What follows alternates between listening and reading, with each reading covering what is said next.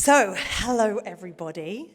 We had an event last Thursday, that was great, and so I'm really excited about tonight's event as well. So thank you those of you who are in the room, but also hopefully we have people joining us on the live stream. I think this is going to be a really, really good conversation, although I'm slightly biased because we invited these people. But welcome to the event. My name is Claire Wardle. I'm the co-director of the Information Futures Lab. And we're partly here because we're in the middle of a 3-day event, and we've brought a number of people to Providence, many of them are in the room, to talk about the challenges of teaching these kind of questions around data, which we're going to explore today. Obviously, we've got the topic of Cambridge Analytica as a draw, but more broadly, these questions of how we get people to care about data collection and the way they're targeted is part of a 3-day event we're running at the lab to think about teaching materials and research questions. And so thank you to the people who have come to share their time with us, because it's really been excellent. But the lab was founded in June, and we're basically working on issues related to what the future of our information ecosystem could look like. So we have a fellowship program that we're just finalizing, fellows who are going to join us in January. We are doing what we call sandboxes, which is kind of 2 to 3 day sprints where we try and create materials. But a lot of what we're doing is just raising awareness of these issues, because nobody's really got the answers. And I know everybody thinks that there's quick fixes to these things, but of course, when you start talking about them, it's quite clear that there is no quick fix. So that's why we're having this conversation tonight. We will be doing some live tweeting, and certainly if people have questions, we'd love to hear from you. We have a hashtag #InfoFutures. So if you do that, then my colleagues are cleverly going to tell me what that is, and I will be able to answer those questions. But let's get to the panel. Many of whom, 2 people who actually just came for the panel, which we're incredibly grateful for. But David Carroll, just here, is an associate professor of media design at Parsons School of Design at the New School. David legally challenged Cambridge Analytica in the UK courts to recapture his 2016 voter profile using European data protection law. So he's going to talk to us more about that. And he featured in the Netflix film, The Great Hack. And we're going to talk a little bit tonight about the role of documentary in raising awareness. But even if you watch the first 10 minutes or the trailer, David's in it. And then next to him, we have Paul-Olivier Dehaye, who I've known for a long time, but this is the first time we've actually met in person. But he's the founder of HestiaAI and personaldata.io, comes out. Paul is a mathematician by training who became interested in the role of personal data in society, and he has a good story about how that happened. But he helped uncover the Cambridge Analytica scandal and was also featured in The Great Hack. And a story about a kind of a connection to many people on this panel is Carroll, who some of you might know. She's a UK journalist and a bit of a powerhouse in this space. But the law is that she basically was kind of on Twitter one night, and Paul kind of said, "Oh, have you thought about this, this organization, Cambridge Analytica?" and sent over, I think, like a 27-page Google Doc with footnotes. And Carroll said she'd never seen anything like it. And as a journalist was like, who is this person? Well, this is the person. And then we have Lysyanskaya, who is a cryptographer and professor of computer science at Brown. So we're really excited to have one of our own here to talk about privacy-enhancing technologies, which is something that Anna is really passionate about and is going to talk more about in the panel. And I think thinking about some solutions here. So it's really bad out there, but I think having a way of thinking about these kind of new technologies and helping users think about privacy is so exciting. And then Zaman Qureshi, who also, there's a great story about this. So I was with Carroll a couple of months ago, and I was talking about, I want to do something about Cambridge Analytica. And she was like, you should talk to Zaman. Basically, he watched The Great Hack. Actually, I'm gonna get you in a second to talk about this story. But is a student at American University and basically got so obsessed with this topic and was kind of self-researching. And then these people, many of whom there's a small community who think a lot about Cambridge Analytica, reached out to Zaman. And as that, he's now the policy advisor and social media coordinator for the real Facebook Oversight Board, which is kind of an advocacy group that started by making fun of the Facebook Oversight Board, but does really interesting and exciting activism in the space. And he's featured in magazines and on television for his work exposing Facebook's data collection to its users. And is a student who's come up today to Providence from DC in between classes. So I'm incredibly grateful that you could join us. So in a second, I'm going to ask you an actual question, Zaman, but could you just tell everybody how you got into this space? You're on a university campus, and I want you to inspire us. Yeah, can I take off this microphone? So I kind of found my way into this space, and I was doing research on Cambridge Analytica as a student who had just graduated from high school, going into my freshman year of university. So I didn't have a whole lot to do because this was 2020. We were all cooped up inside, and I'd watched The Great Hack the year before, got super interested in it, and I remember picking that up and just being interested in the way that social media has played a role in our elections. And I was always involved in politics, kind of interning when I was younger. And I started to do research on Cambridge Analytica, and I found more and more information that was missing from the story. And as you said, Claire, there's a very small community of Cambridge Analytica nerds. Say that with love. Who really care and think deeply about these issues. And so I got on Twitter and I wrote a lot about my findings and what I was finding, and I didn't have a huge audience at the time. It was probably like 50 to 100 followers. And I would just tag everyone in the Great Hack. And eventually, Carroll started to notice, and David noticed as well, and Carroll reached out to me, and we kind of started talking about these issues more. She told me about the Real Facebook Oversight Board, and I have joined now almost 2 years. So that's the story. And he's so good that when I said to Carroll, is it okay if I invite him? She said, as long as you don't hire him. So I'm actually going to ask you an actual question now, which is, as somebody who really stays on top of this, I think many of us obviously are aware of kind of 4 years ago, there was a big scandal, et cetera, et cetera. But what's happening now? I mean, there's a lawsuit in particular in California that's ongoing. So can you tell us maybe, for those people who thought maybe it's just gone away, where are we now in terms of Cambridge Analytica? Yeah, so there's some plaintiffs in the Northern District of California who are challenging Facebook for what they believe is a cover-up of the Cambridge Analytica scandal. And there's been a whole range of discovery that's come from this settlement. If anyone's followed this settlement has now, they've now settled, but they haven't disclosed the fee. The goal in this lawsuit is to expose, or is to call attention to the fact and win money for the plaintiffs, alleging that Facebook misled both users, investors, and generally the public about the Cambridge Analytica scandal. And there's been a set of discovery that has been made now, which shows that Cambridge Analytica was really just the tip of the iceberg in terms of the third-party data that Facebook was making available to a number of different entities, apps, basically anyone who had the tools to get to know somebody at Facebook and then get friends of friends data. And friends of friends data was what made Cambridge Analytica kind of popular and gave them their ability to do their political work. So this lawsuit has been dragging on for a while now, but only recently we started to see some of the discovery unsealed, and it's revealed that there were other apps just like Cambridge Analytica that were also collecting vast amounts of data, and Facebook promised in their app audit that they would release this information. They never did, and now it's slowly coming out through discovery. Thank you. And also discovery. I mean, there's just so many things that if you have the ability to go into that and understand what's happening. So I'm glad that we have you and you can keep us, and make sure that you follow Zaman on Twitter, because that's where he puts all this stuff. So David, I'm going to turn to you as the person who they were in the documentary, gonna get your data. Did you get it?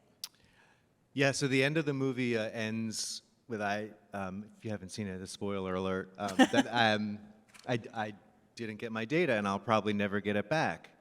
But interestingly, in the lead up to the 2020 election, somebody leaked the 2016 Trump database to Channel 4, the UK broadcaster that actually did the undercover investigation. And then they had the actual data, and then Channel 4 reporters went to voters in the United States to show them their voter profile, in particular places like Milwaukee and Miami, battleground states where the strategy was really implemented. But they showed up to my house and gave me the data that I always knew was there, but I was unsuccessful in getting out of the system. So in the short of it, it was a remarkable reminder that even if you have the most well-funded, resourced data protection authority and international intrigue and headlines around the world, that the regulatory system did not succeed in this case. It did not succeed in doing what it had to do, that we relied on leaks and journalism in the end to achieve the sort of what would be the justice outcome, which is the law was fulfilled, but it was not fulfilled through the law, it was fulfilled through journalism. And can you just explain in the room, and maybe Paul can help here, but you were basically using the fact that there are different legal frameworks and that in the UK, there was this maybe little sliver of light that you might be able to get something that you couldn't. So can you explain a little bit about what that difference is and why did you not get it back? Yeah, so for some weird reason, Steve Bannon decided to export US voter data to the United Kingdom. And Paul had the advance sort of view that this was happening. And he... Can you just explain what do you mean he exported? That the data of the voter profiles physically left the United States and the data was transported to the United Kingdom. So... On a USB stick? Oh, it was you know, the internet, the computers are connected, they can talk to each other. So, but this created this regulatory aberration where, that Paul recognized, and he's like, now that the data is moved into another jurisdiction, it has the jurisdiction's control over it. And in Europe, if you can prove that your data is in Europe, even if you're not a European, you still get the rights to it. This is, you know, related to a very important case related to Google and Spain and the right to be forgotten and so on. But the localization of data, where it is physically stored on the planet, is a significant legal concern.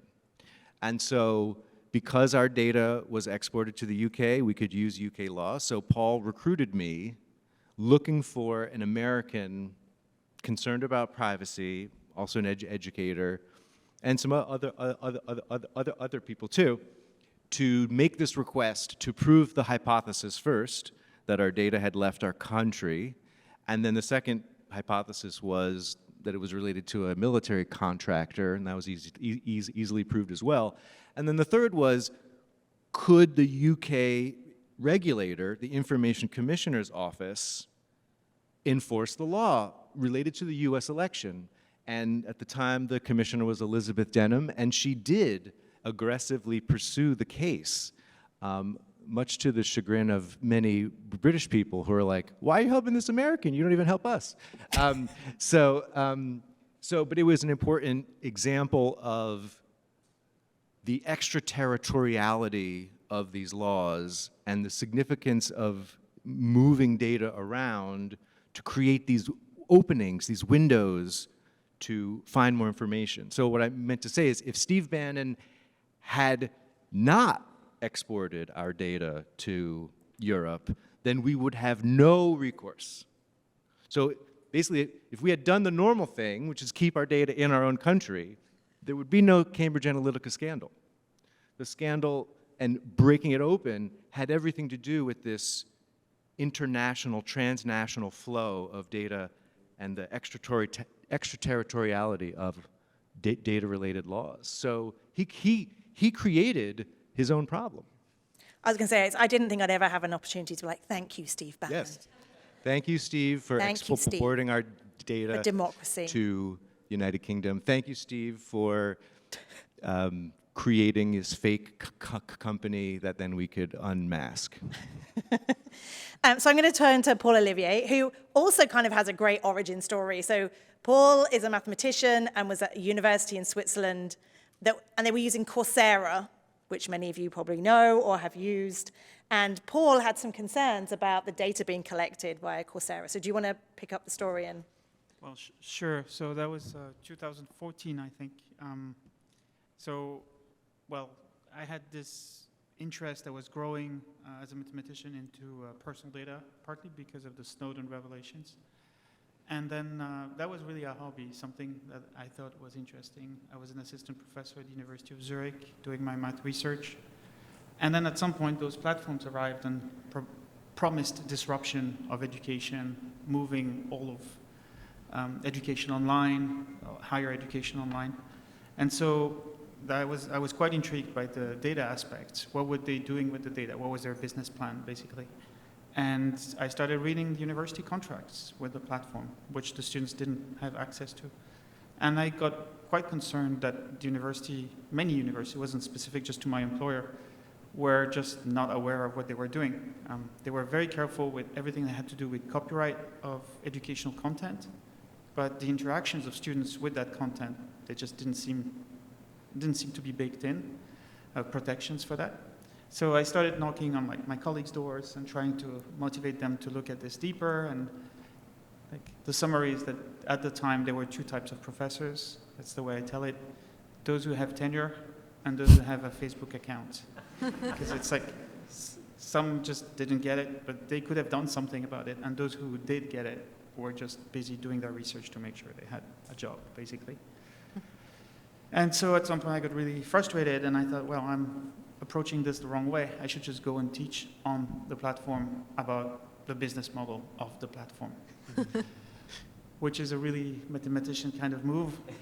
Try to insert a logic and push it to the extreme and try to see when academic freedom stops, when you go on a platform, when these types of things. So needless to say, two big players like this, it didn't resolve very well for me. I was partly to blame also because I got overwhelmed by the complexity of what I was trying to do and the circumstances outside. But in any case, basically I kind of was very, very much, I would say, damaged by this somehow. And so I thought, well, that didn't work. I have to do something else. I have to do it some other way. And then at some point I read an article about, so I sort of quit my job, at least mentally, for a while. And then the Cambridge Analytica thing happened. There was an article in The Guardian, end of 2015. It wasn't yet working for Trump. They were working for Cruz at the time, and Ted Cruz. And when I saw that, I immediately thought, wow, okay, so that's the reverse of the situation that is usually where Europeans' data gets snatched to the US, and then Europeans have no rights on this data. This is the exact opposite. Those imbeciles, in a way, took all of this Americans' data, hundreds of millions, and they exported it to the UK, exposing themselves to big liabilities, in a sense, if we manage to test it, right? And so I was kind of disappointed that there was no follow-up from December 2015, no article follow-up. So I started working, digging. It wasn't that hard, documenting everything, and then that's the Google Doc. The Google Doc, yes. Yeah. So working with more journalists and trying to do journalistic work, really, not just documentation work, but journalistic work. So that took the whole of 2016, catching up with Brexit, catching up with the Trump election. And that led to the first article on the topic after the Trump election that came out of Zurich. Just completely random, in German. It was just like, you wouldn't expect investigative journalism on the US election to come out of Zurich. But throughout the whole time, those journalists were like, how do we prove whether it's effective or not? How do we figure that out? How do we not rely on marketing material or open source intelligence, all of that stuff? How do we prove it or disprove it? And I was genuinely trying to do it and to tell them, basically, we will always be dependent on the platforms, unless we convince people to use their rights to try to get some data out. And so I had the idea, like, going this angle. But a bit of the counterpoint to what you said is that the journalists were like, no, don't do that. If you do that, you will ruin our story. Because you will ruin the exclusivity and all of that. And so once that story came out, it had a big impact in the German-speaking world. But immediately I started reaching out to David, and also, I must say, to Autumn, who is here, to try to get them to get their data. That launched the whole thing.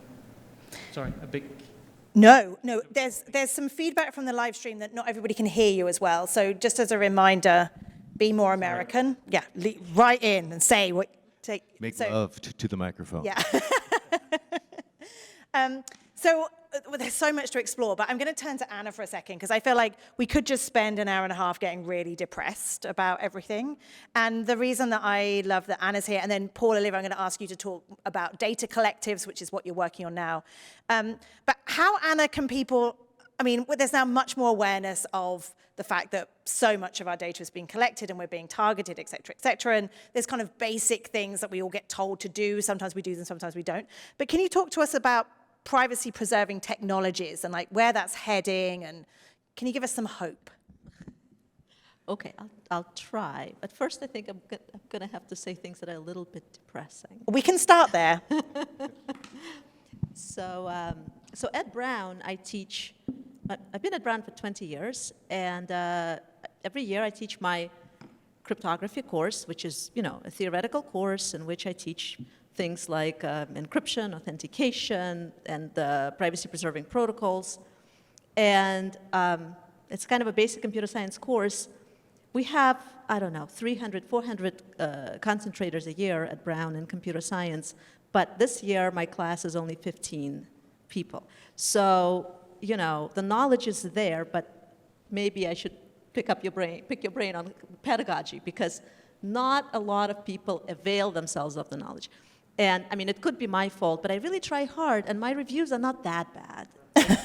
So that's bad news number one. So I've been teaching this course for 20 years, and I'm not attracting a wide audience. So I thought, all right, I'm going to teach a course that's really for a wider audience, where I'm not going to be too mathematical. I'm just going to teach about, here's a tool, never mind how it works.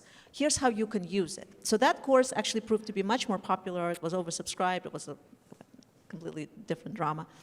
That one, I just taught it once last year. And in that course, I try to explain, here's why these tools are important. So one thing we do is, because we're at Brown has this wonderful tool where when you go on the Brown website, you can make a selection where it's going to tell you what Brown knows about you just based on the fact that you're browsing. So, and it knows a lot. And of course, none of my students in this class, which is, it's a computer science class, but no prerequisites, so it's not just computer science students.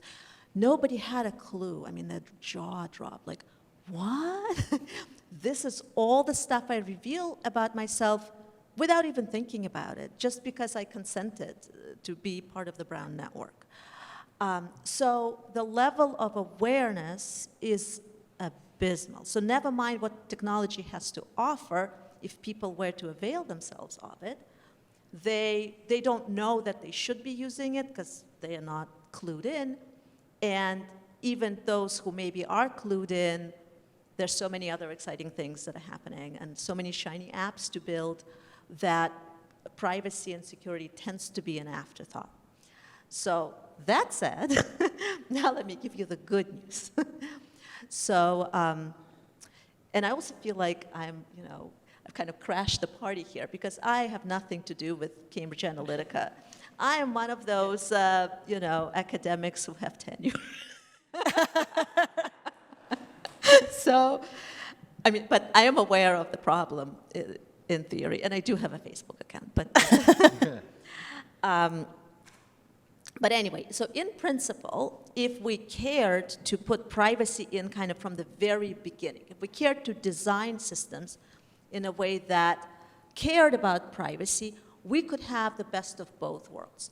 We could have Facebook that's free because it's making revenue from ads, but it wouldn't even know what ads it's showing you. It would have some privacy-preserving protocols, to show you ads that will interest you, that would lead you to buy, skis, laptops, whatever it is you're in the market for. So Facebook would be happy, it would be making money, and you would be happy because you have free Facebook and ads that interest you. So in theory, this is all possible to do, and there are many tools that are very, very cool to do that. So, just today I submitted a grant proposal about this whole privacy-preserving ad ecosystems, about how how this particular thing could work. there are other tools like secure multi-party computation, where let's say that you have genetic data, but you don't want to just reveal it because that's actually a really bad idea to just donate your genetic data. But you do want to find out if maybe you are have some genes that you need to worry about and get, I don't know, tested for diseases for. So you could run a secure protocol where there is kind of a health consulting firm that knows what they're testing for, and you have your DNA, pretend that you can sequence it somehow. That's, of course, not so easy. And you run a secure protocol where you find out your diagnosis. You find out, what kind of diseases you might be carrying genes for. They find out nothing. And now you know what to watch out for. So and this is called secure two-party computation, and this was invented 40 years ago, and it was kind of like a dreamland. And now there are companies doing this. Like there are actually protocols that have been implemented, and companies that want to find applications that would use them. So that it's kind of on the cusp. So there are lots of things that are possible, but there's a big disconnect between what's possible and what people realize they need, and people don't realize that they need it. People don't realize that it's possible. I think the fact that they don't realize that they need it is the bigger kind of gap. So I think that technology can only do so much. I mean, society has to do a lot. These people, are chipping in, and I think that's fantastic. So there's activism, there's policy, there's legislative process, regulatory processes, and I think the world is kind of waking up a little bit. Thanks, guys. But there's a lot of work to still be done. Thank you. And I'm going to come back to this question in a minute, but I'm going to give you some time to think about it, which is, all of you, what's the public health data breach, or what's happening right now in terms of data collection connected to health that we are not necessarily thinking about, but maybe sleepwalking into it? And so I think DNA samples and other things are something that I just don't think we've got a head around. But Cambridge Analytica obviously is very connected to elections. I think there's something like 22 elections next year around the world or something. Obviously the midterms are happening here in November. 4 years on, where are we in terms of data harvesting and targeting in terms of the midterms? Who would like to take that? David's going to make love to the microphone. So, I think stepping back a little bit, I think if we think about what's happened in the past 4 years, so this is not 4 years since Cambridge Analytica was founded by Steve Bannon and they started doing their work, but since the news headlines broke. And so this awareness occurred. And then what also occurred is then COVID happened.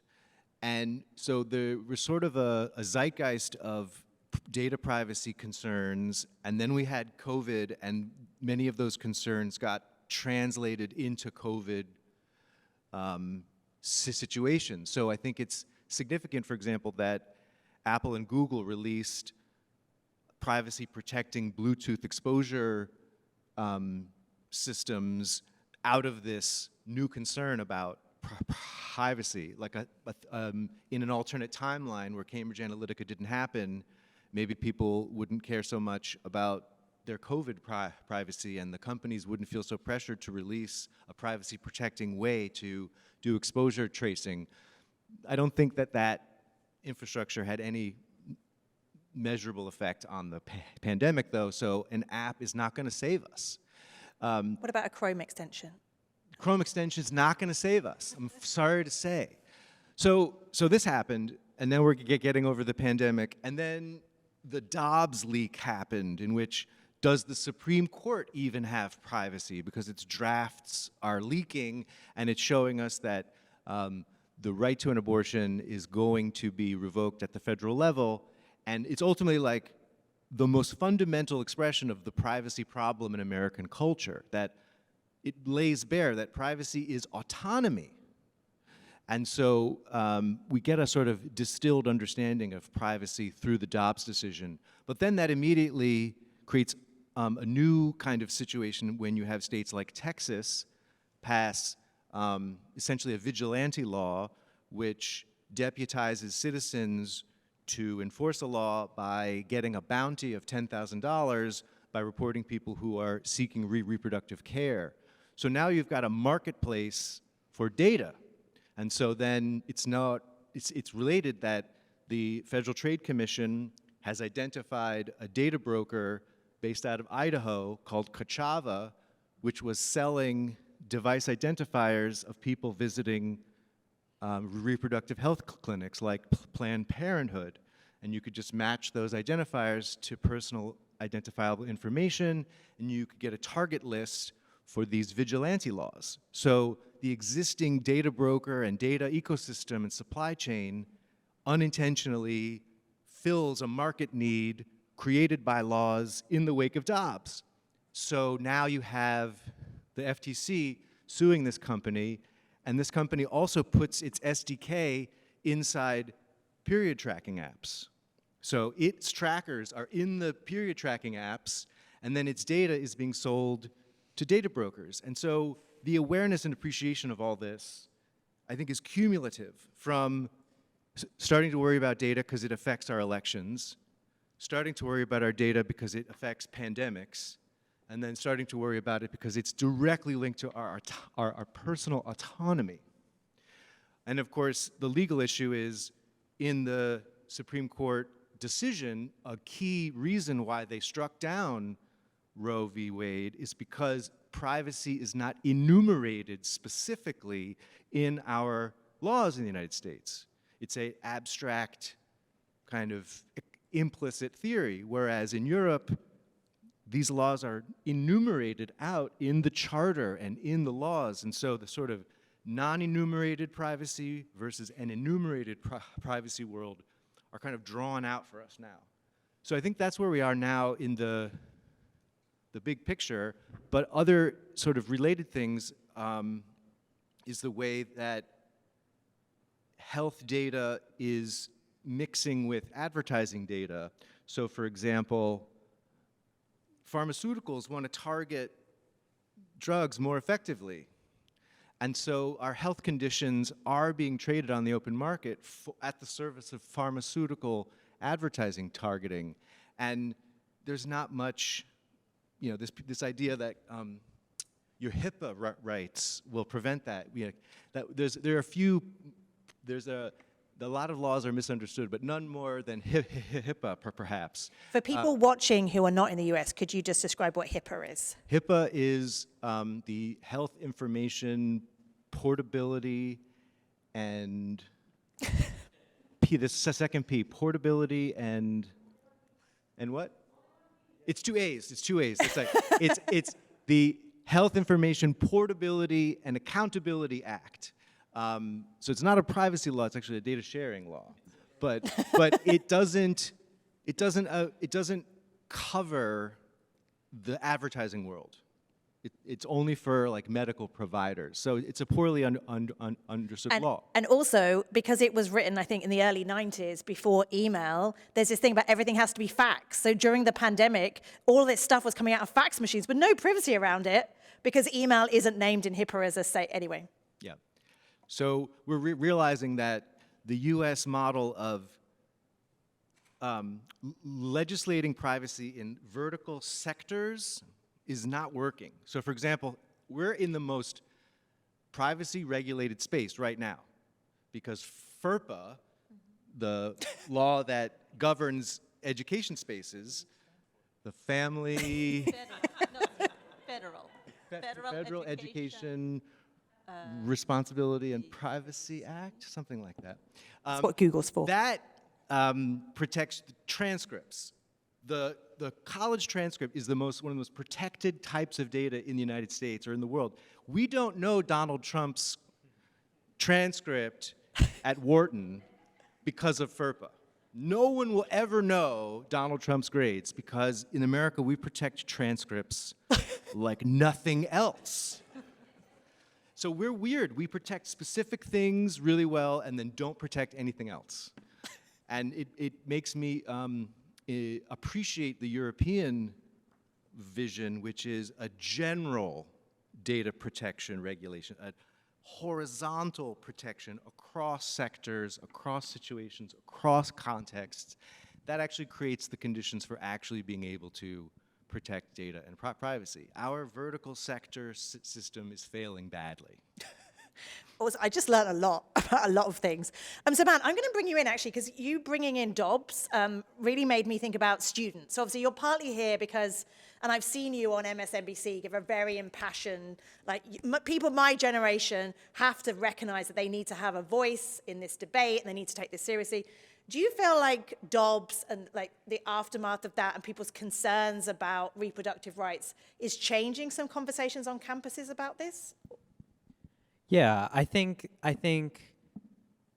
David makes a really important point, and the Dobbs decision kind of showed us that health data is kind of a ticking time bomb, and if not protected correctly, you could expose a vast amount of information about people and then use that to your own, advertising advantage or electoral advantage.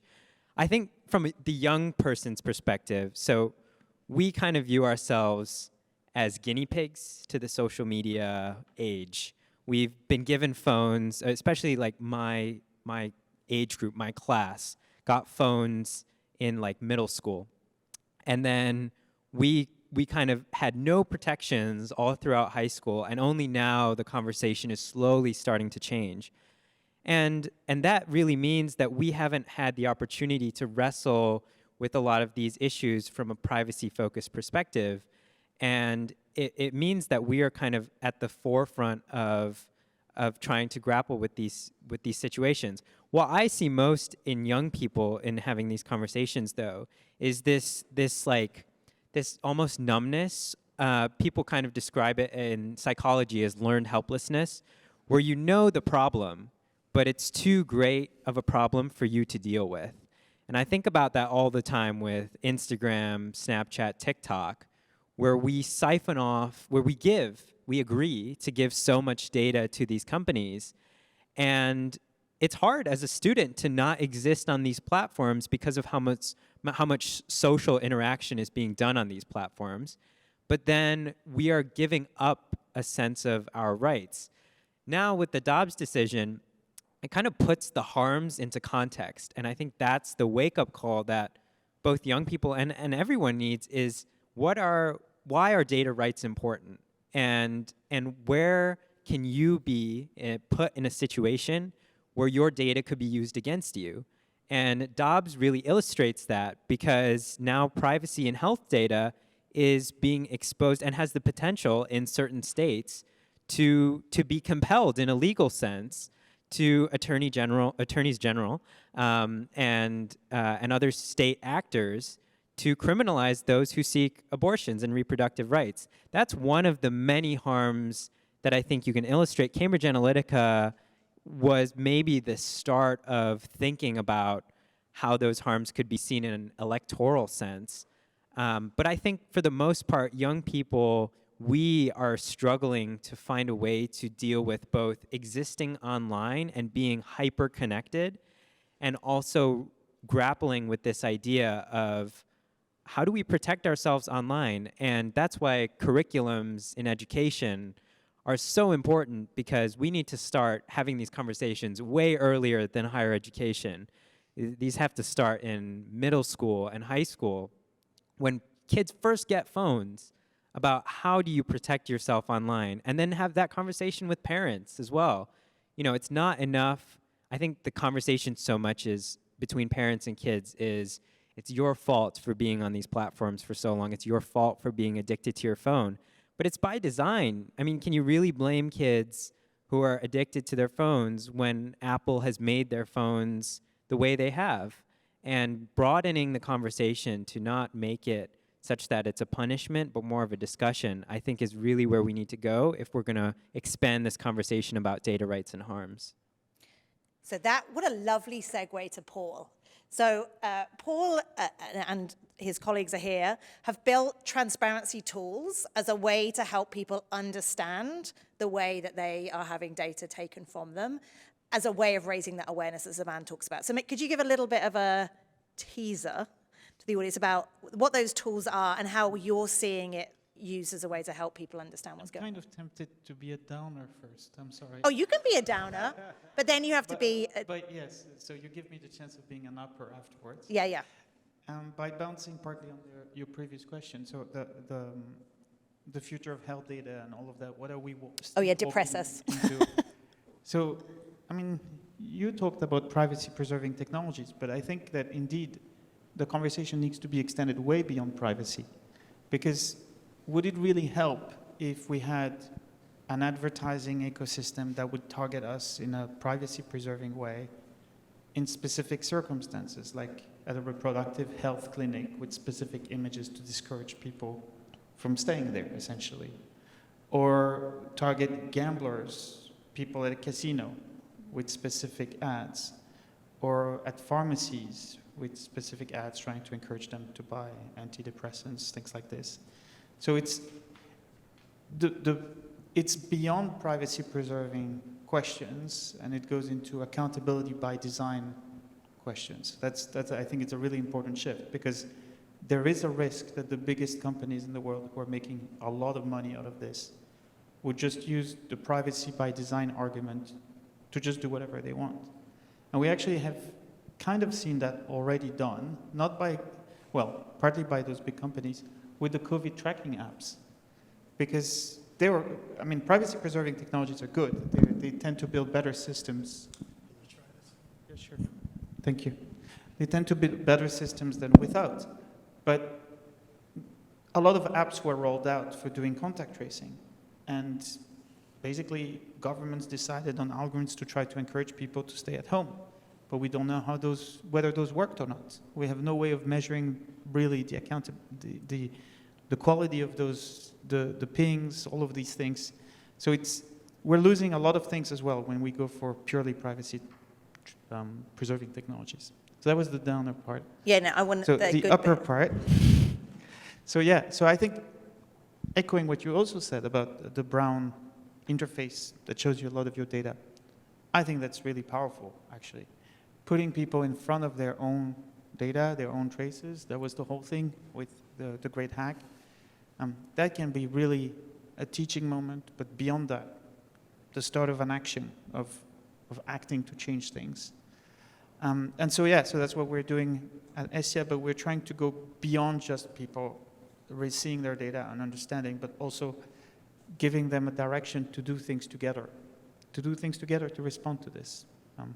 It's one of the dimensions of change. It's once I understand the problem, once I understand how I can act alone, could ask my data like David, what do we do all together about it? And so one of the models would be to go for a more cooperative governance of personal data or the infrastructure around personal data, to try to build some privacy-preserving technologies that would, for instance, measure ad prices at casinos, ad prices at health clinics, ad prices at different places. So it would reveal that information that is very revealing about those ecosystems. And then by pulling it together, we could start having really a scientific process of understanding that vastly invisible ecosystem. So I really call it I try to frame Hestia as an instrument maker for scientists, like building microscopes, building telescopes, these types of things. But then it's a matter of assembling all of those microscopes together to get a bigger picture, to patch this knowledge together. And that requires technology, but also social processes of governance of the data that's derived, all of that. So it's really hard, but it's very, I think, worthy work. It is worthy. So this question of allowing people themselves to see the data is so important, but ultimately the Cambridge Analytica scandal was the ways that the platform of Facebook was sharing data with other apps. How much do you think the other platforms have taken note? I mean, do you think we're in a much better space 4 years on in terms of how platforms themselves recognize that sharing isn't happening? You know, Apple basically going head to head with Meta saying, if you have an iPhone, we're not going to share, your data with other apps. I mean, so maybe who would like to talk a little bit about how the landscape looks now in terms of how the platforms themselves are operating? Or are they up to no good and we don't know yet? I can say a few words about that. I think that for the most part, many of these companies use the guise of we are privacy focused because they know it's marketable, but in practice are not always privacy focused. They saw Cambridge Analytica and Facebook as a potential for bad for business, but the surveillance-based capitalism ecosystem is what fuels a lot of these companies. And to do away with that is to do away with their business model. And so I don't think that many of these companies have, and by many of these companies, I mean the Googles, the Facebooks, Apples, even the Snapchats, you know, the like, TikTok, have made meaningful changes to make themselves more privacy focused. They've given more tools. I think that's different. They've given more tools to allow people to be more privacy focused, but they've not given people the education or the reason as to why they should be considering their privacy when they're online. Like TikTok, for example. TikTok this week, I think, just rolled out new features to be able to protect your data better. But that's not something that they want to really sell you that much, because TikTok is a great way for data collection if you're constantly scrolling. So I'm skeptical. Oh, funny that. We were talking actually in the workshop we've been running that when you teach these classes, you often have like 10% of your students who are like proud to be refuseniks. Like, I'm not on social media, and therefore I don't have to worry about these things, without any sense of how they're being tracked by pixels and other things. So, I mean, you're sort of smiling, Anna, but like, how do we raise awareness of the kind of the much bigger ecosystem around this, that even if you're not on a platform, you're not safe? So, I mean, I have ideas that I don't know if they're necessarily the right ones. So I think it was maybe 10, no, maybe more like 15 years ago, Netflix released a data set hoping that machine learning experts will help them come up with an algorithm to recommend movies to their viewers. And they thought that they removed any identifying information from the data set so that they were not revealing anything sensitive at all. They would just say, well, here's some movies, here's some users, they like these movies, they didn't like some other movies, give us an algorithm.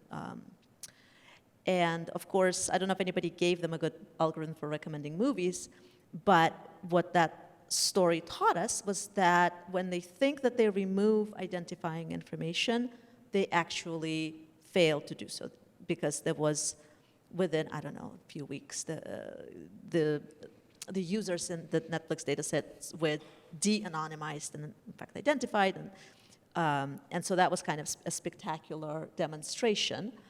And I think that the general public never absorbed that lesson, and so we keep learning it over and over and over again in more painful ways every time. So you asked about like medical data and what's coming. I mean, I think people who donate their data to science, who just say, sure, collect all my data, make it available for researchers, they're just giving away their privacy completely, and they don't realize it. And I mean, I think it's just, this is something that hasn't quite gotten into the popular. So this is interesting that you say this, because I often say that, which is like, how do we understand the harmful impacts of social technology? And that fundamentally, you know, Facebook, for example, but many of the platforms consistently say, we can't give researchers data. So we're sort of stuck between a rock and a hard place. So I often say, well, can't we get more consent from users to do that? So how can we do this to say, oh, I actually want researchers to understand what I'm being targeted by, but in a way that doesn't mean that later on I'm in trouble? I mean, I think if you trust whoever's collecting your data to be extremely ethical with it. So if I gave it to Paul, it'll be okay. But so this is that people are naive potentially by just not recognizing Right. how, yeah. And people who are offering the service are also often naive. There's just such a, I don't know, people are trying to solve one problem and they create another as they're trying to solve it. And that's, I mean, I guess we're always few steps behind. That is very true. So, David, you made the good point that actually this was broken by journalists, that they did really good digging. Imagine there was some journalists watching this on the live stream, or maybe they're in the room. What questions should journalists be asking right now that they're not, that might get at some things that we should be more aware of?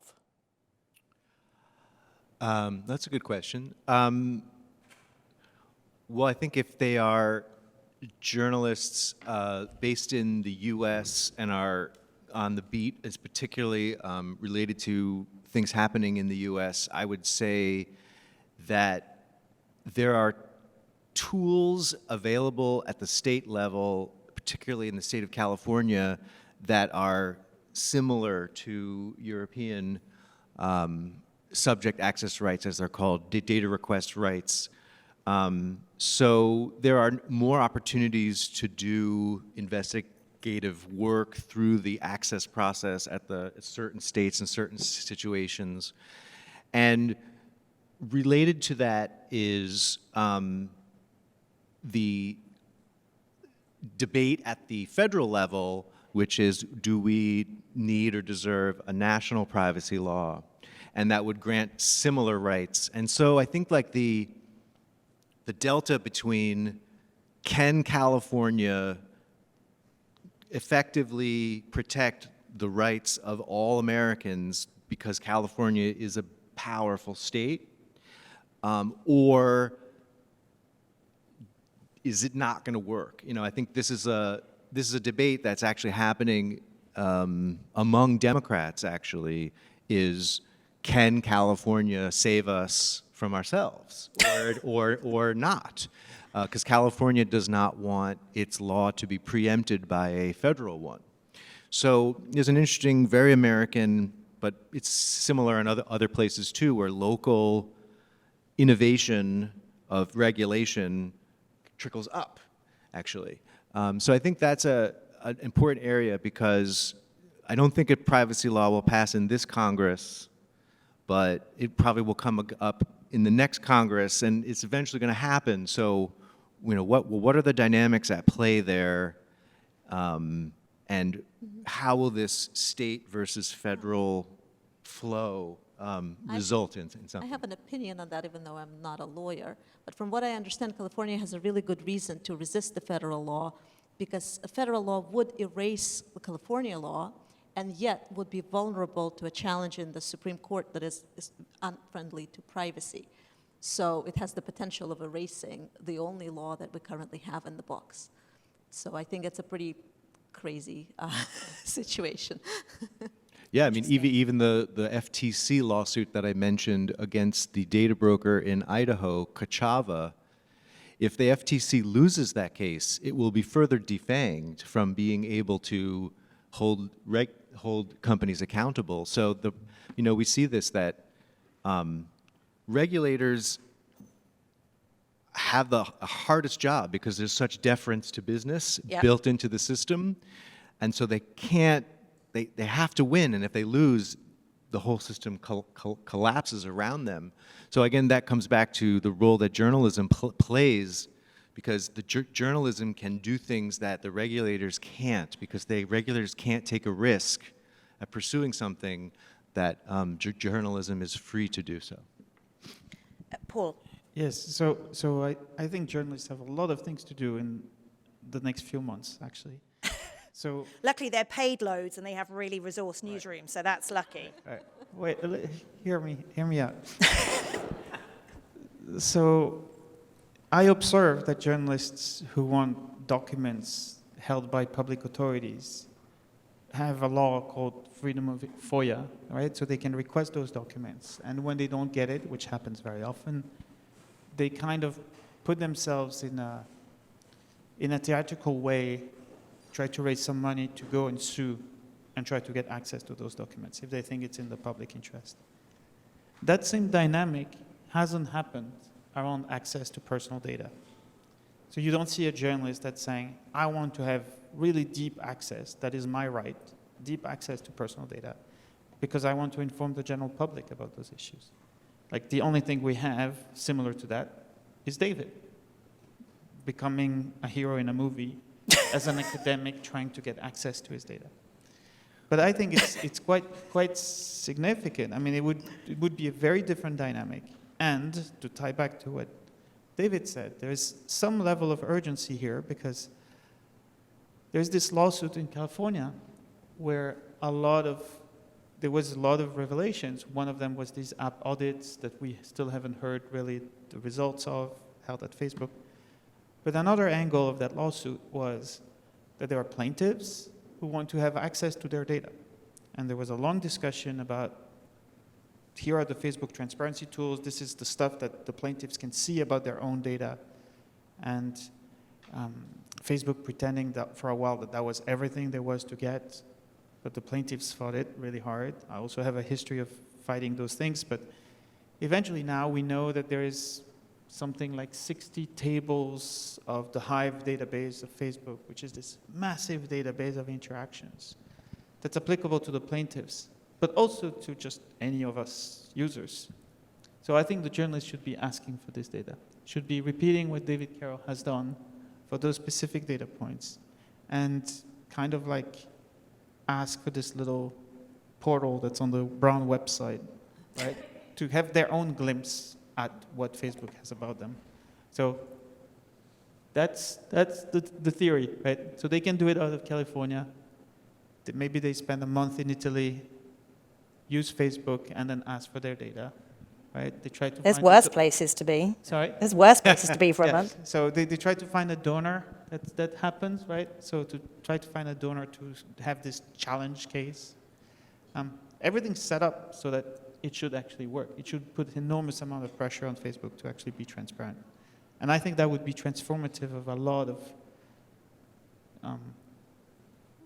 effort that is being done in that space, because suddenly we have actual data and we have actual facts. The fact is not that whether I like green shoes, but it's the fact is that Facebook thinks I like green shoes, right? And then from there, anyone has that same right. We can build classes, we can build research programs around all of that. It really changes the dynamic. And Paul, you'll help anybody who wants to do that. Yeah. Well, I also helped the lawsuit in California. So. It's got his fingers in all pies. David, do you want to respond to you being a hero with a cape? Yeah, I think there's really problematic framing that that like someone will save us. That's not how it's going to work, and it's also problematic the way that the personal data puts it on the individual, where it is a collective problem. So, I refer to a lot the idea that like carbon footprint is this idea created by an ad agency for the fossil fuel industry to make us feel guilty for our own behavior and absolve the system for its behavior. Same dynamic occurs in this space, where we're somehow blamed for, and we're somehow responsible for getting our data back from the bad guys. So I think there are some problematic framings of the way that I was portrayed that doesn't necessarily carry it forward in the way that it should be, and I hope people question that.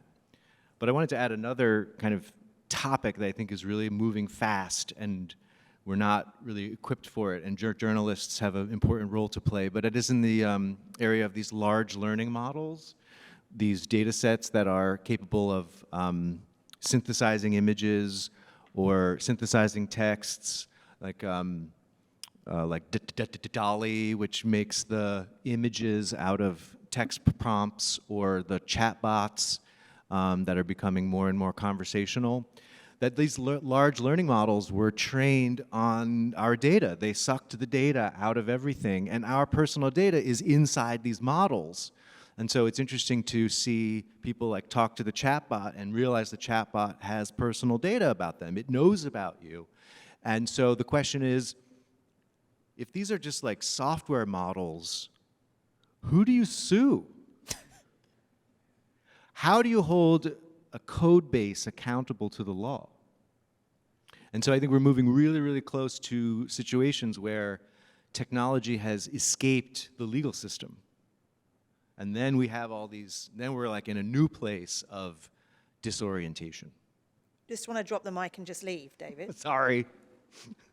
So, Martin, you were going to say something. Can you bring me back from... Yeah, so Paul brought up the lawsuit in the Northern District of California. And so learning from both of them, when Facebook got hit by another data scandal in April 2021, I got interested to see if I was included in this data breach of 533 million users, and I was. And there's this tool on Facebook called Download Your Information, where you can, if you have a Facebook account, log in, go to your account, and download all the data you have, similar to the Brown tool. And you can see there's a folder in there called Off Facebook Activity, which is all the embedded SDKs and shows you exactly where Facebook knows that you've browsed. So I did this out of pure interest. And I found, they knew when I opened the Domino's Pizza app, for example, when I visited university websites, when I visited presidential campaign candidates, everything they had information on that was in no way connected to my use of Facebook or my Facebook account, at least unbeknownst to me. And so I got on Twitter and I put out all this information that I had found in my off Facebook activity file, and a lot of people responded in the same way of being like, wow, I had no idea that Facebook had this information on me. And then journalists started to reach out and say, can you explain to our audience how you did this so they can go and do it? And it was really interesting to see the response from people, because people were, I'm not sure they were surprised, but they were shocked at how much and what the kind of data was being collected. But then to Paul's point about the Northern District of California lawsuit, in this lawsuit, we learned that the plaintiffs who wanted to access which data Facebook had on them, Facebook initially misled the plaintiffs and said, here's all the data we have on you, which was the Download Your Information file. Turns out that was wrong. There's another set of data called the Hive data, and that's significantly more data than the Download Your Information tool. And so the broader point to this is that companies claim to have these transparency tools to bring in folks to actually see what kind of information is being collected on them. But how can you trust, don't trust Facebook, but how can you trust Facebook to be transparent with you, to be transparent with regulators and policymakers if they can't even provide an individual user really all the data it's collecting on them? And this lawsuit has revealed a lot. And I hope more people can kind of go and read up about this lawsuit afterwards, because it's kind of just starting to break open, and there'll be a lot of new interesting revelations, I think, over the next few months as more and more of these documents are unsealed. But I think it just goes to show that, transparency from Facebook is kind of a joke to them, as long as they continue to write the narrative. So I'm going to hand over to Paul, but we're now open for questions. So if you have a question, could you come and stand by the magic microphone? So I'm going to let Paul answer that question, then I'm going to come to you, sir, for your first question. So Paul, tell us something good or bad. I've got no idea which way we're going to go. Sorry? You tell us something. Tell us a story. Yeah, so I want to actually bounce on what Zaman said. Right, so when I was with those journalists working in 2016 and trying to answer their questions, etc., and trying to help them and telling them you need an independent access to data, I was also thinking, okay, the story is going to be about Cambridge Analytica, but it's... Paul, can you just put your mouth nearer? The story is going to be about Cambridge Analytica, but it's really a story about the relationship between Facebook and Cambridge Analytica, the pair of them. So I couldn't pursue my Cambridge Analytica data. I tried. They told me they didn't have anything about me. So that's why I needed proxies, like David, to go to this effort. But for Facebook, I didn't. I could ask for my own data, which I started doing. And there were essentially two things. So I asked for two big things from Facebook. One was the custom audiences I was part of. So, and the second one was the Facebook pixel data, which is the history that you mentioned. The first one, I was surprised that, so I pursued it through some complicated legal instrument, but I was surprised that they basically played an arbitration judge for a dumb person by saying, we don't understand why he's trying to do that. There's a tool that does it. But basically, they just released the tool just before they were due to submit something to the judge. So they changed the tool, the transparency tool, for the whole world because of that. And then the other one was the pixel data, which I didn't get. But that led me to testify in March 2018 to the British Parliament, alongside Christopher Wiley, who was the whistleblower, about this particular point. And it was completely hidden in Christopher Wiley's testimony, completely normal. But in June 2018, Mark Zuckerberg testified at the US Congress. And so they asked him, the senators, what data do you collect? And he responded, all the data is in this download your information tool. They had a break, then must have talked to his staff, came back, he said, actually, let me correct this. So we don't quite show everything, okay. But then there were follow-up questions from the senators, and in there, I was really surprised, but apparently someone watched my UK testimony, because I was challenging Facebook's legal team, and they mentioned there's a Hive database, we can't export your data, it's too difficult. So you should have it, but we can't, it's your right to have it, but we can't give it to you because it's too difficult. And so the senator asked Zuckerberg, like, why don't you make it available? And so that eventually led to that tool as well. So, which, you're not the first person to have used this tool. There is a New York Times article by, I think, Xavier Shen, is that the name? Where the header, like the lead, is, when I downloaded my Facebook data, I didn't expect very much. Of course, I saw my family pictures, etc. But I was really surprised when I saw all of those other companies also had. This is a technology expert, the New York Times, and suddenly he writes a lead like this. This is quite like transformative for knowledge about these ecosystems, right?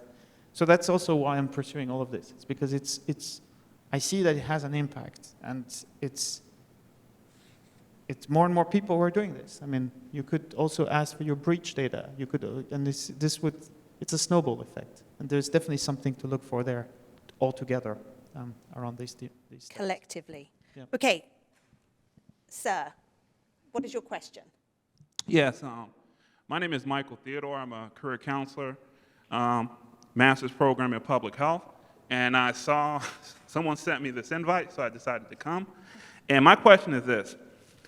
When it comes to data that's beneficial for the public, like the identity of, let's say, the Golden State Killer, who was recently caught, due to information, his genetic information was found, his healthcare data was essentially found, which helped break the case that led to his capture.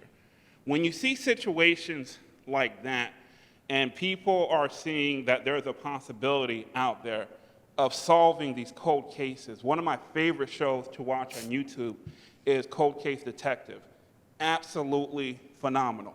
If you see that it's a possibility that exists out there to solve these cases, these cold cases that's been around for decades, and it could bring peace, resolve, justice to a family. But you also have this line where privacy data, like healthcare data, if the Pandora's box is open, people are scared. So what do you say to situations like the Golden State Killer, who was brought to justice due to someone having access to his healthcare data? Sure. And that question is for anyone. Interesting. So I have some ideas. I don't know what you say to them. It's a very complicated dilemma. And this is not so in my field, cryptography and computer security, I feel that This is a never-ending debate. It's been going on for more than 30 years about is encryption and data protection good for society? Because, law enforcement is traditionally against us using any form of encryption whatsoever. If I send you an encrypted email, they're going to be very upset. Why? Because in case a crime is committed, in a very, very unlikely event that a crime is committed, they want my data, they want all of it. So the effect that that policy has had on our state, never mind privacy and all the questions we're discussing here, just, the fact that, for example, speaking of political campaigns, John Podesta's email was broken into. Why? Because we don't routinely encrypt email. Why don't we encrypt email? Because for 30 years, law enforcement has been violently lobbying against it, to the point where the internet is just freaking insecure. Nothing is secure. You can, even data that they swear, on a stack of Bibles they're going to protect for you is not secure. Right. Because of this argument that you just made, that, well, we should not be encrypting, because if law enforcement wants to get into the data, we need to be able to give them access. And your, crazy math doesn't let them do that. So, so you can tell which side of that debate I'm on. But to be fair, they do have a point. So maybe we just give up on having a secure internet, and then we can solve crime more effectively. So, yeah. Thank you. So I have a question from the floor, and then I have a question from Twitter. And if people on Twitter want to ask a question, it's #InfoFutures. But yes. Hi, so I have a question about Brown and a question about the world. And I'm a little bit unsure because this is being live streamed. And so there's every event, it seems that you can't control who your audience is. So I'm going to try to be diplomatic in asking my question. So I'm an employee at Brown. I teach at Brown. And we have two-factor authentication. We are required to install things on our personal cell phones that we bought, that we pay for, that we pay the bill for every month. And that gives Brown access to stuff on our phones, it seems, because I'm noticing now a lot when I scroll through Twitter, if I click on some scientific article, it says you have access through Brown University. And I'm like, where am I signed in on my phone? I'm not. So there's an issue I see where we are required to pay for our own surveillance somehow through these devices. Are you getting that when you're on the Brown Wi-Fi or outside of the Brown Wi-Fi? Home, on my own Wi-Fi. And it kind of freaked me out a little bit. And I tried to figure out if it was because I have Brown Gmail on my phone or if it's because I have the Brown University app on my phone. But regardless, my question is just in general, how can it be that a condition of my employment is that I am forced to pay my own money on my personal device to be surveilled? And I guess the answer will be it's a private institution, they can do whatever they want. And then my question about the world, so any thoughts on that or how you can fix that would be great. And then about the world in general, why is there such a thing as data brokers? It's Android or iOS? iOS. Thank you. Why? So why are there things called data brokers? It seems to me that there's almost like a case to be made that this is a human rights violation because we are being turned into commodities and dehumanized. And I'm not entirely sure why we aren't just attacking it from there, because if you take out the profit incentive, there seems a lot less reason for them to be collecting whether or not I ordered a pizza on Thursday or something more healthy. So I can take a little bit more on the Brown side of your question, and I hope somebody else can do the data, the real question. So as far as I know, based on little bit of conversations with people, with our various vice presidents we've had for information systems and security, it's what they want to make sure is possible is when students are behind the Great Firewall of China, they still want them to be able to have access to all kinds of Brown resources. So I think that's the creep. As soon as you authenticate to Brown, they want to give you all these wonderful tools so they basically they log you into the Brown VPN, so you're kind of part of a Brown bubble. But why do they keep it? Why don't they just destroy it every 6 months? Why do they keep that information, and why do I don't sign know. away? I think Yeah. I can't speak for them, but my understanding is that I don't think they intend to do that. I think it's just a bug. It's not a feature that they accidentally end up knowing that you're at Brown, because they think, well, who wouldn't want to be at Brown? So, but I think that that's a solvable problem, because I don't think Brown intended for that. I think what they wanted to do is they wanted to solve the problem for the students who were remote for several years, and they kept like being denied access to Brown resources. So I think they were like, okay, this worked. This is a hack that worked. So I mean, again, there's like, you solve one problem, you create another situation, and that's the state of the world we're in. Okay, data brokers. Yeah. And David, can you just like repeat the question, because it was a bit hard to hear? Sure. The question was by when your employer requires you to install like additional security software such as multi-factor authentication. Like at the new school where I'm employed, we have to use Duo for multi-factor authentication, which hilariously is the reason that Uber got hacked. So I think this touches on sort of the larger issue, especially in the United States, where there's a line between privacy as a citizen, as a consumer, as a human being, and then as an employee. That employee privacy is non-existent, and even in the most recent bill at the federal level, the American Data Privacy and Protection Act bill that passed out of committee, it exempts employees from protection. And then you might find articles on, people are quiet quitting, So employers are installing monitoring software. People are working remote, so the sort of remote hybrid, it causes monitoring software to be installed and encroach in private spaces. And it's very worrying that employee privacy is not on the table in the United States. It's just not.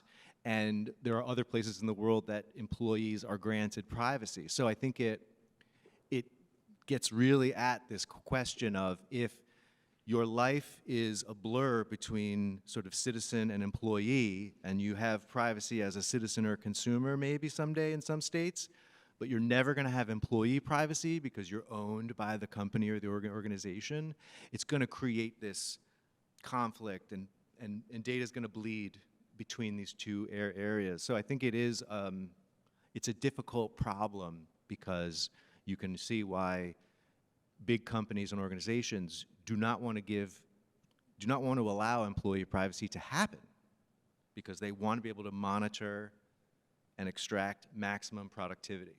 And the broker question? The data broker thing is also interesting in the bill that won't pass.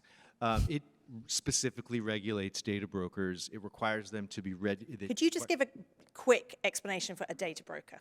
A data broker is a company that collects your data without your knowledge or consent and then sells it on the open market.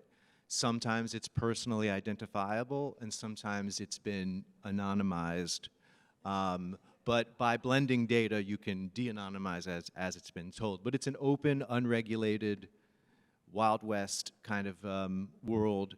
Only one state regulates them. The state of Vermont requires data brokers to register, so there's actually a registry.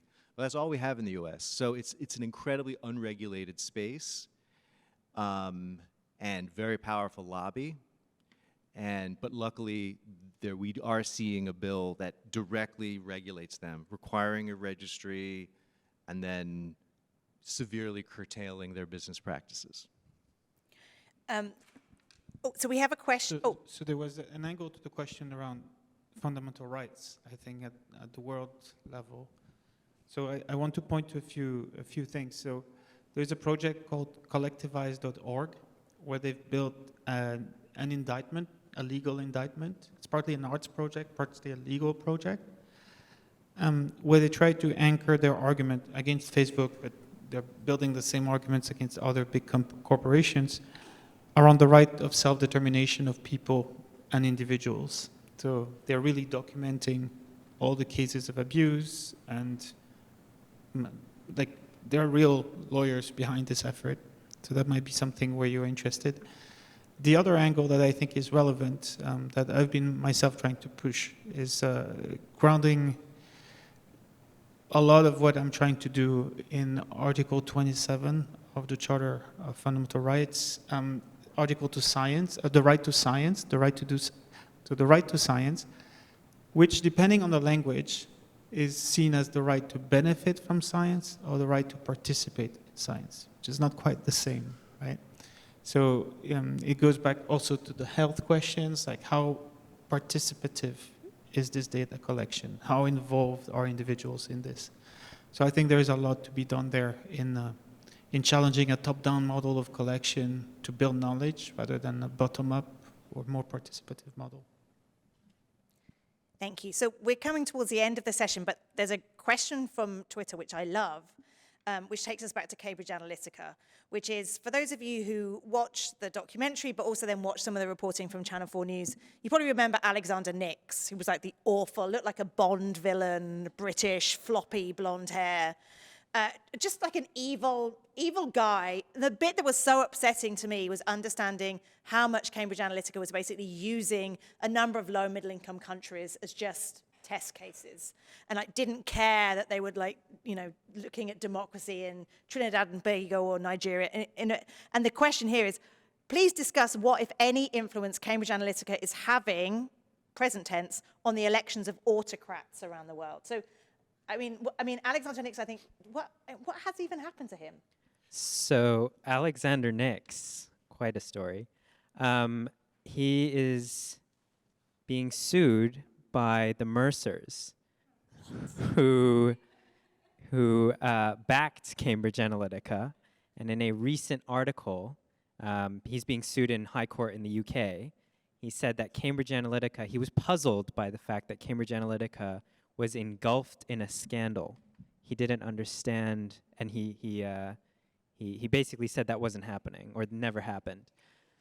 And so the interesting thing about Cambridge Analytica for me, and the call to action from the documentary, is that very sinister scene in The Great Hack where they obtained recordings, the Great Hack team obtained recordings of Alexander Nix basically speaking with Cambridge Analytica employees and talking about how they pulled all the strings in the Trinidad election. So my grandmother is from Trinidad, and this was kind of a impactful moment for me because this was neo-colonialism on show.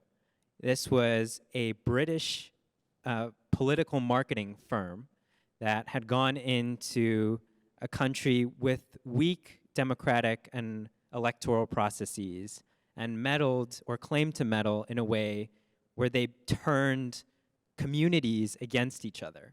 And Alexander Nix kind of boasts in the documentary that this is the greatest thing that they do, and this is what they package themselves off of and can sell to other political parties. So Alexander Nix, I'm not really sure what he's up to now. I'm sure probably wreaking more havoc. But I think the model of Cambridge Analytica and what they can do, we never really figured out if Cambridge Analytica's tools were effective at targeting political voters. What we do know, I think, is that they were effective at creating chaos in campaigns. And I think that was on show in Trinidad, that was on show in Nigeria. And I think as well, there are other Cambridge Analyticas out there. I think that to stop at Cambridge Analytica and think that there's only one private firm in the UK that's pulling strings in elections is naive. There are other firms out there who maybe use different tactics, maybe obtain data from different places, but utilize social media in a way to pit communities against one another. And Cambridge Analytica capitalized on 5-factor personality types, and fear was one of them. And we see that all the time in our own elections, and it's an effective political tool to use fear to pit communities against one another. But in the case of Cambridge Analytica, they took or claimed to take data and very directly target people. They called it micro-targeting to communities, to individuals who might not be, they might not be fully convinced about your candidate, or they might be just kind of on the edge. And Cambridge Analytica claimed that they could push them just off the edge. I think that's able to be replicated, and I think that's the fear. Who knows what Cambridge Analytica and its employees and resources are doing right now, but clearly they made a lot of money doing what they were doing. And thank you for going there, because when I was prepping for this panel, I was like, should we get into that whole debate about whether or not Cambridge Analytica did the things that they promised to do? And I was like, that's not the interesting part of this. And that's tonight, I think we had the debate about the much more interesting part, is that it shone a light on data collection practices. But to your point, there's a whole host of private secret PR companies doing all sorts of things now. And the question is, how much of that did they learn from Cambridge Analytica? Whether or not it's having an impact doesn't change the fact that our information environment is messy and chaotic, and that's fundamentally what the goal was. So, Sorry, I was just going to say, I hope Alexander Nix watched tonight. with his floppy hair. Thank you very much to the panel for a great discussion. I learned so much, even though I sort of felt like I had a grip on these issues. So thank you very much. Thank you to everybody here. If you're here, there's some tasty beverages outside. And if you're at home, I hope you have a tasty beverage of some description. But thank you very much, and we'll see you all soon.